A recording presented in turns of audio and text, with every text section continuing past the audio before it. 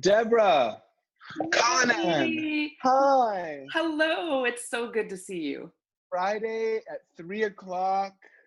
It's almost the weekend. Are you going to have a weekend? Are you going to be able to relax a little bit this weekend? I will be honest with you, I have no idea what day it is. It's Friday. It's a blur. It's a It's a blur. blur. I Okay. will get some relaxing, I promise. How about you? Okay, good. Yes, I will. I've promised myself. Good. I need it. We were talking about this just a few minutes ago, but it's been quite 2 weeks for us, and I'm sure it has been for you guys as well. Before Yes. we start, just a very quick welcome to Manny's Super Civic Cyber Conversations. This is our way of bringing civic engagement to you in this time of need since our space is closed. We appreciate you joining. You can tag us at Welcome to Manny's, and at the end of this conversation, you'll get a link to become a sponsor of Manny's as well, which we deeply appreciate. And today, we're very lucky to have Deborah Cullinan, who is the executive director. Is executive or president? CEO. It's CEO, but CEO. it's all good. CEO of the Yerba Buena Center for the Arts, YBCA, and it's an essential institution in the heart of San Francisco. And we're going to talk about art in a time of crisis. So thank you so much, Deborah. I really appreciate it. Where are we finding you right now? And are you calling us from? It looks kind of like Marrakesh behind you. I am in my husband's study, which has now become mine. I love it. I love that blue behind you. Is it blue? It is blue. It is. Yeah. I'm colorblind, so sometimes I have to ask to check. So for the people who don't know, YBCA is such an incredible institution, but I don't want to do it. I wouldn't do it justice. Can you just give us a quick highlight of what is the Yerba Buena Center for the Arts? What is its mission? What does it do? Yes. And then we'll get into the meat and potatoes. I can absolutely do that. So YBCA, YBCA is it's a forum. It's a forum for art and social change. Yeah. Our mission is really about instigating cultural movement, and we really think about the idea that artists are actually essential agents in achieving the kind of social change that we all want to see in the world. And so everything we do is really about positioning artists and creative people in service of community and really thinking about how we can make a better world. Artists are essential agents in making the change we want to see in the world. Wow, that is so powerful. And also it so bashes the reputation of artists as being kind of ancillary to productive society, right? It's like so often you think of like, you know, there's like corporate America, and there's work, and then artists are kind of like out there somewhere, and especially with everything that's happened in the Bay Area the last 10-20 years, defending artists has, I think, become ever more important. So where do you see, I want to go before coronavirus, and I want to go in coronavirus, and then we're going to go after coronavirus. So BC, before coronavirus, before all this, before we were talking to each other through screens, where we could give each other hugs, tell me about the place of artists in the Bay Area and what was happening to artists, and what position artists were kind of taking in our community. Yeah, I mean, I think in the Bay Area, we are just blessed because the artists who are living and working here are artists who really care about community concerns. Yeah. And when I think about before coronavirus, and I love the BC thing. BC. YBCA was undertaking a really significant amount of experimentation, really thinking about what does it mean to be a forum? What does it mean to really raise awareness around the role that artists can play in achieving change? And there's this amazing person that I want to tell you about. Her name is Amy Kish. And Amy is a curator, and she is an activist, and she approached me many, many months ago, BC. She approached me because she wanted to bring a partnership to YBCA with San Francisco's Office of Civic Engagement and Immigrant Affairs. And what they wanted to work on together was incubating something called Art and Action, which is, in my humble career, one of the broadest based coalitions that I've seen in our town. It is artists, it is activists, it's community-based organizations, it's public agencies, it's people in the tech sector, all focused on the census. And what was beautiful about this project, the reason that it was an absolute, yes, Amy, lead the way, we will follow you, is because we understand that artists can reach people where they are. Artists can engage people around issues that they are uncomfortable with, that they might be afraid of. And the whole idea was this massive citywide arts-driven campaign that would reach the 20 identified hard-to-count communities in San Francisco and help them understand what the stakes are with the census, Yeah. and also help them think about their own power, help them think about what it means to participate. That was BC. Yeah. And I mean, so you're using past tense with this was going to do that. So what's happening with this amazing sounding project? and now we're in it, right? Now we're in C. We're in C. You know, what we were doing was really reimagining the role of things like exhibitions and artist activations. So we had planned to open what we were calling an art and civic experience at YBCA, which was sort of part exhibition, part installation.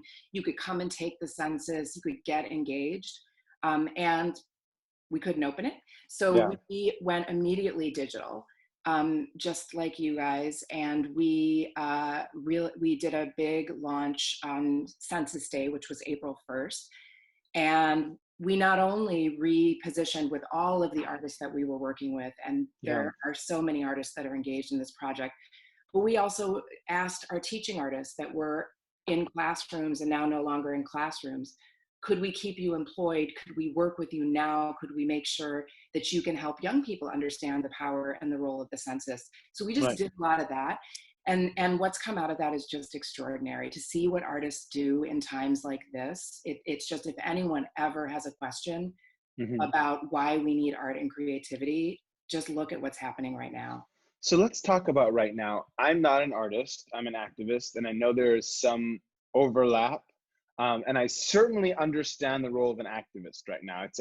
We all go right into like, what laws need to be changed? What policies need to be implemented? How much should the government do? Like, I feel like activists right now, our antennas are like, woo, but I don't know the world of art so well, which is why I thought it would be so important to speak to you. Tell me about what do you think right now? Well, we're in this time, this time of pandemic, of crisis, of potential recession. How do you think artists are integrating all that's happening in the world into their craft, into their work? How do you think they are living as artists right now, and how do you think they're moving through the world as artists, and how do you think they'll produce? What will they produce? You know, how is it affecting the art world? Right. I mean, there's so many things inside of the question, and I think that one of the hopeful things for me is that this will be a time of incredible creativity and invention. Very dear colleague and YBCA senior fellow Liz Lehrman, who is one of the greatest choreographers living today. She and I took a little virtual walk. She's in Arizona, I'm here on Sunday. And she was talking to me as a choreographer might about what happens when we fall, what happens in our bodies. And what she was talking about is this idea that when we are trying to survive, when we are trying to break from a fall, we are at our most inventive. It is in this moment that we make all kinds of decisions. Synapses are firing, and we're thinking and innovating and stretching, and the world becomes so big and different. And so what she's talking about, and what I'm seeing in so many of the artists that we're working with, is how do we maintain that level of inventiveness? Because BC, I think many of us would agree, we were, things are not so great, right? Like we have, in my opinion, we have needed artists to show us the way for a long time. One of the reasons why we're in the situation that we're in with the leadership that we have today is because we lack imagination. We cannot see a future for ourselves and our communities that is different than what we're experiencing today. And we're stuck in our silos, in old systems that have not served us well. And so to me, the artists that I'm watching as they're producing and connecting and inspiring all over the internet right now, they are helping us to see something different. They are helping us to manage that inventiveness into a future that will be much better If we Mm, do this right, if we do this right, we will not be the same. We will mm. be better. Oh, I just got the chills, Deborah. Oh, Just got stop. the Right. chills. Oh my goodness. Oh my goodness. It's so, the theme of unintended opportunity through crisis has been what's been running through so many of these conversations. And there's a corollary, of course, to politics. Uh, if you had said a couple of months ago that Congress in 1 week was going to pass a $3 trillion stimulus bill that would give $600 extra on top of unemployment to every American and a check for $1,200 for people less than 7, you said, you're crazy. There's no Yeah. way. But necessity is the mother of invention, obviously. And now we're asking ourselves, why did it take a crisis to think maybe we can house 8,000 unhoused people in San Francisco in existing infrastructure, and maybe, the city can really do everything, in the state and the federal government, it can do everything that it needs to support small businesses. So I totally feel you. And I'm glad to hear that the art world is also kind of taking this and running with it. So let's talk about space. You and I have had this conversation a couple times about how to best use physical space.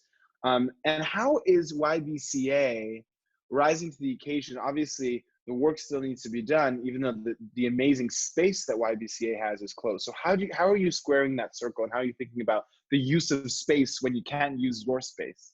Yeah, I mean, I think that question is such an important question, right? Because when we come back together, we will come back together differently.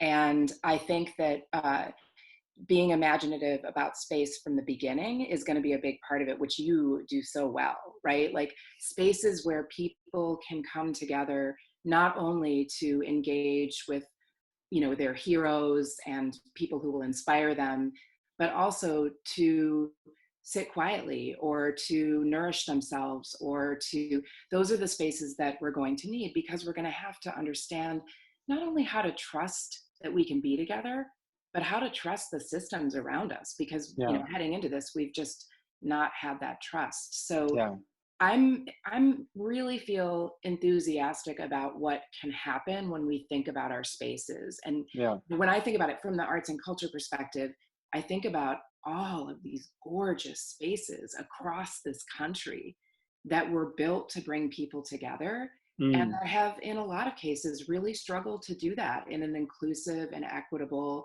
21st century way. And so I think we need to take a page from people like you and from places like Manny's to think about, how do we do this inclusively? How do we make spaces that are relevant and accessible to the people who are immediate around us? Does it need to be an art center and only an art center? Can it be a community center? I mean, at YBCA, we were going to be headquarters for Art in Action in the census. We will be as soon as we can reopen.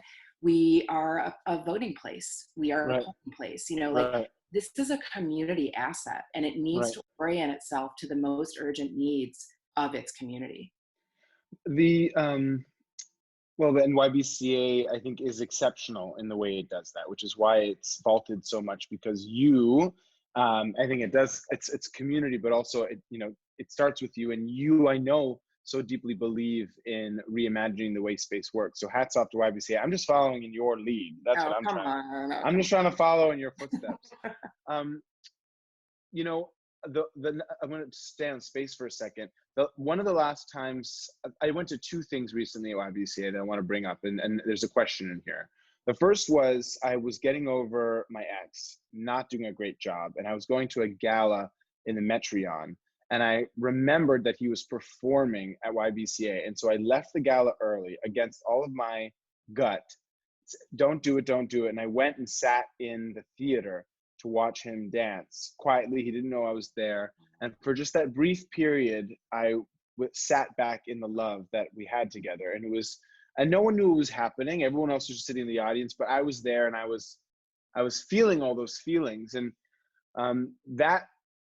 that experience, it's so personal, but could not have happened without the magic that comes in our physical spaces. And so I guess there's obviously an X factor in coming together in person. Are you worried that weeks, maybe months of us not having that X factor will create permanent damage to how how comfortable we are coming to spaces? I do think that we will have to help people feel comfortable, and Yeah. we will have to understand the psyche and understand how we can help people feel safe. I think that's something that we have needed to do all along. I mean, our job is to make you feel safe so that you can experience something that can be transformative to you. Mm, And that may look and feel a little different, at least for a little while. And on the subject of space, another sort of flip side of this that I worry about a lot is that heading into all of this, we're in San Francisco, and yeah. space for artists to live and to work, and for small and community-based arts organizations. And so I'm thinking a lot about what are the policy moves that we can make. What are the ways that we can think about our system differently so that we can assure that even if organizations or businesses, not all of them, even if some of them can't survive this, the importance of their mission Yeah. and what they are delivering to their communities. And so, what does this mean for the kind of structure that we need in my world as a nonprofit art sector to assure that art and creativity are everywhere, that communities are served, that artists, regardless of where they are in their careers, have the ability to make work? Are you nervous about that as a part of the recession that might come out of this, or at least the economic, recovery? I worry a lot about the arts and culture sector is a fragile sector. And Yeah. one thing that people might not know is that we have a really disproportionately vulnerable workforce. Mm, A lot of artists are working multiple jobs. We mhm, have a lot of contract people, gig, mhm, in quotes, and these workforces are vulnerable. And so mhm, I like to think about what's the system here that mm, employs our creative workforce in a mm, way that is more stable and secure, so that mhm. we in our city and all across the country have art and creativity around us. Like, this is a really important system. Mhm. I just have a couple more questions, but folks, if you have questions for Deborah, we're going to open it up to Q&A for Deborah, the CEO of YBCA, the Yerba Buena Center for the Arts, in 4 minutes. So if you have a question, you can type it in now. Um, what do you feel like, a lot of what we're looking at and we're seeing is people in different occupations and communities rising to the occasion. Governor Cuomo today was saying, if you have a fabric manufacturer, I'm asking you, make PPE, make garments. Activists are being asked, fight for certain people. What do you feel like artists should be doing right now to do their part as a part of this, of getting through this period of our society? Yeah. I mean, I know a number of artists and costumers and people with particular technical skills that are already working on developing masks and things like Hmm. this for their Hmm. communities. I think one of the things that's been really powerful to me is to see how artists have quickly transformed the work that they do to convene and gather and inspire people in the physical realm to the digital realm.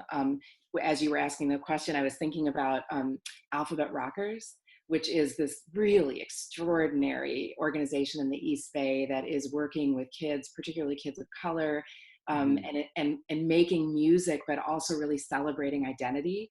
And they've got these rock and dance parties right now, 4 o'clock, Really? 4 o'clock every day, I think, right now. For And children or for oh, anyone? all ages, baby. It's like this Okay, extraordinary Alphabet Rockers. Alphabet Rockers. And the other thing that I just got wind of, which I was really excited about, is the Stud. The Stud Collective is now producing something called Drag Alive. I think it Huh. starts tomorrow night. I don't have all the details, but Yeah. it's a digital drag show. And our queer drag community is just like showing up, and Yeah. the stuff that they're doing is beautiful and it's vibrant and it's inspiring and it's Yes. connective. So you're going Yes. to see that kind of stuff all over the place. I'm actually going to be tuning into a drag show tonight, that's going to be benefiting the SF Queer Nightlife Fund at 6 o'clock. So, Oh, yes, great. it is amazing to see drag kind of show up and uh, Yeah, I think people are being creative with the way they're using their time. Let's just talk about ACE after C before we open up to Q&A. Um, the day will come soon when we are all back together and we can do this. We can be in community and not be worried. And I guess I want to ask you about San Francisco because in addition to just being in the arts, you are a leader in San Francisco, and I know you think a lot about our city. How do you think San Francisco will change as a result of this? Our city in particular. How do you think this experience is going to shape our city and maybe wake us up in a way? Yeah, I mean, I do sort of err on the side of it will allow us to transform in ways that we haven't been able to. And I think even just seeing not only in San Francisco but across the state, the kind of focus on our homeless population Mm, and just thinking about, look, we've got to rapidly do something, and now yeah, we're proving to ourselves that we can go fast. yeah, And that alone, and just helping people who are struggling in so many different ways, I feel that's one part of the one part that gives me hope. I think another thing is, we see each other and we reconnect during moments like this with our sense of our city and our sense of the possibility in our city. I have heard hmm, so many people say, I'm remembering why I came here. yeah, And that's a beautiful thing to remember, that many of us who were not born here, and my son is fifth generation, but I've been here 20 years. But for those of us that weren't born here, hmm, we came here because of the soul of the city, because hmm, of how progressive this place is, because of mm, how it punches above its weight and how it hmm, pushes out really progressive policy. yeah, And I think reconnecting with that and holding on to that and letting that fuel our vision for the future is going to be really important. And the mm, last thing I'll say is it's also an all hands on deck, yeah, right? And so we understand that every single one of us is doing something right now to help. hmm, And for some, that may be just working from home and taking care of your kids. For others, it may be making masks and staying at home. But right. we're all doing something, and we are showing that together we actually can face things that are really difficult. And actually, just the act of staying at home, which is really hard for people. I mean, first of all, if you have the privilege of having a home to stay in, right? So it is hardest for people who don't have a home. Let's be real. But if you have a home, being told to stay in your home for a month and a half in order for everyone else to stay healthy, to not potentially hurt someone else, is an amazing act of collective action. And actually, there was this headline. I try not to read the news more than 3 times a day. But I got my afternoon news hit, and over half of the world is sheltering in place now, is staying home.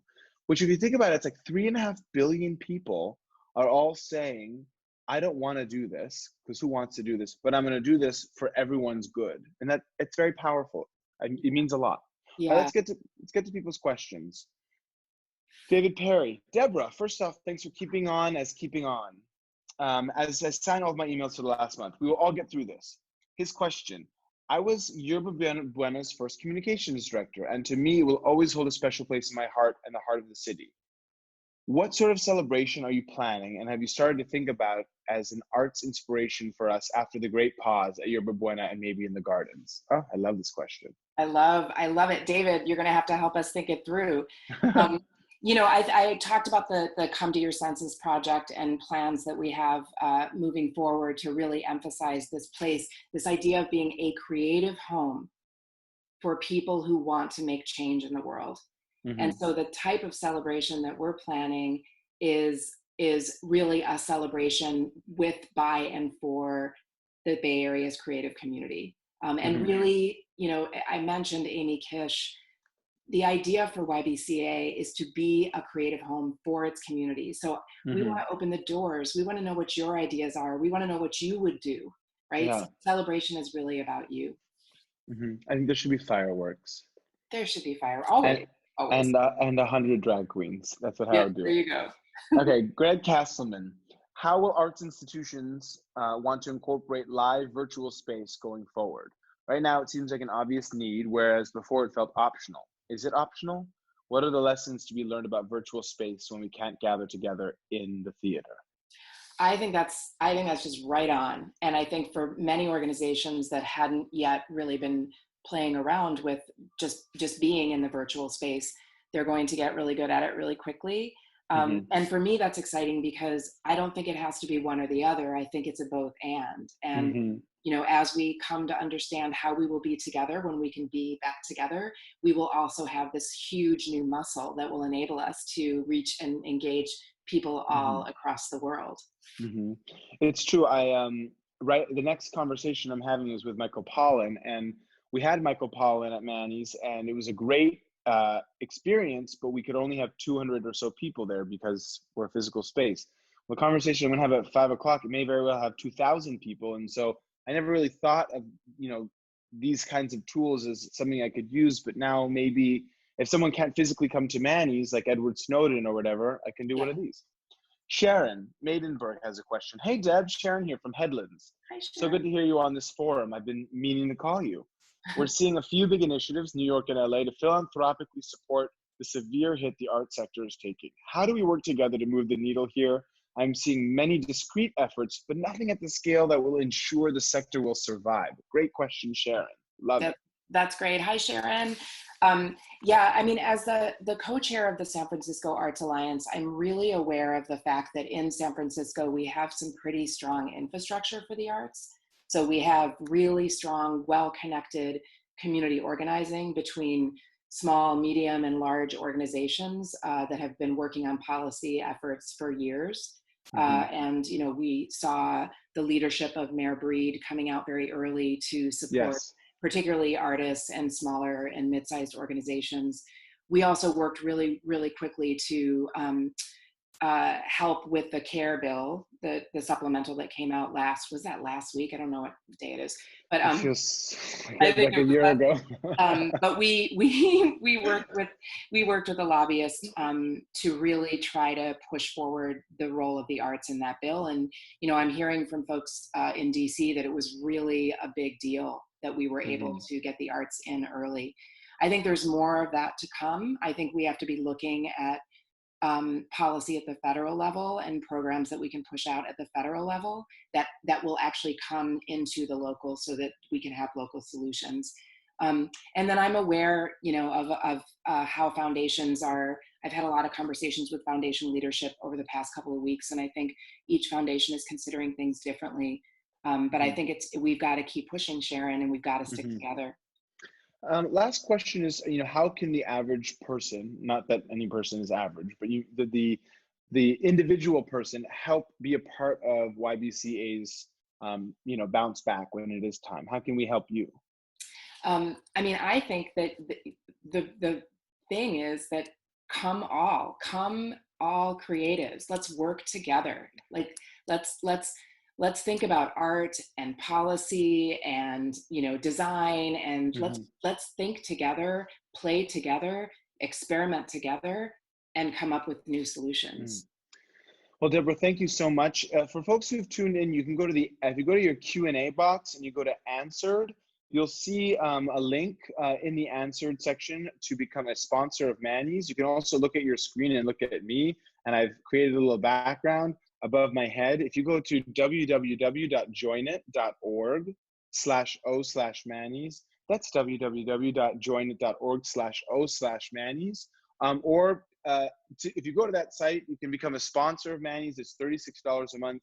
It is how we are able to continue to function during this time because our space is closed. And so I would deeply appreciate for the folks who've tuned into this and who believe in what we're doing to become a sponsor. And Deborah, how can folks financially support YBCA during this time? It's really the same thing. Visit us at ybca.org and support the arts in general. Support the artists around you. Support the artists, support YBCA, go to joinit.org and support Manny's as a civic space in San Francisco. And thank you so much. Thank you to Jupiter for being the operator for this call. I appreciate that, Jupiter. If you'd like to tag us, it's at Welcome to Manny's. And did I forget anything? I don't think I did. Onwards, happy Shabbat Shalom to everyone. And Deborah, thank you so much for all the good work that you do. And I'm going to be there on that opening night with the 100 drag queens and the fireworks, okay? Awesome. Thank you, Manny. Thank you for all that you do. All right. Bye, Deborah, and goodbye, everyone. See you soon. do. Bye.